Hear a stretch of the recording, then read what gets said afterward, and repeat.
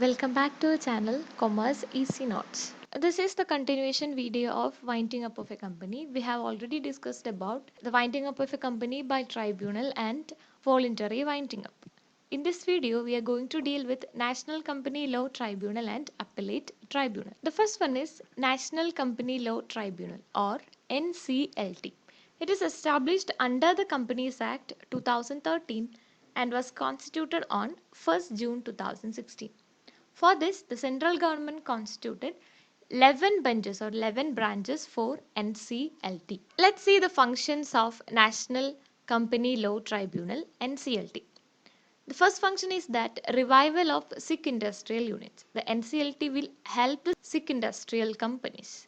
Next one is the matters of merger, demerger and amalgamation are dealing by the NCLT.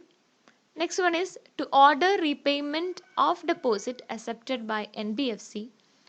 It helps in the winding up of the companies. And the last one, to review its own orders. These are the functions of National Company Law Tribunal. Next is the members of NCLT. It is mentioned in the section 4 note 8. NCLT have 3 member posts. First one is judicial member. Judicial members include High Court judge. Second one, district judge with experience of 5 years. And an advocate with experience of 10 years. Second one is president. A president has been an high court judge for 5 years or more and is appointed after consulting with the Chief Justice of India. Third one is a technical member.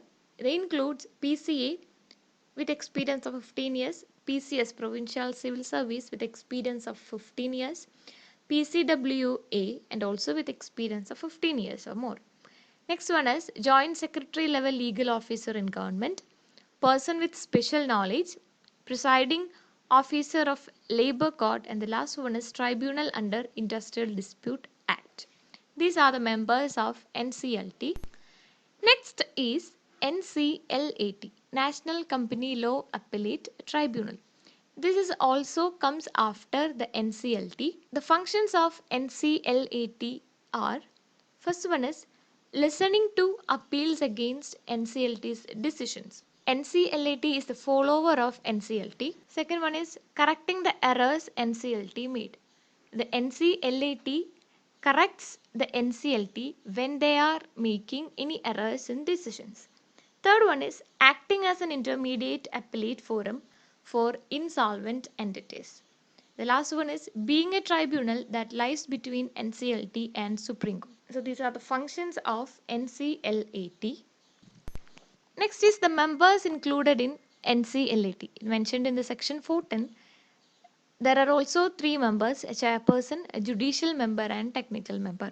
The chairperson who is or has been a judge of the Supreme Court or Chief Justice of a High Court. Judicial member has been a judge of a High Court or a judicial member of tribunal with experience of 5 years or more.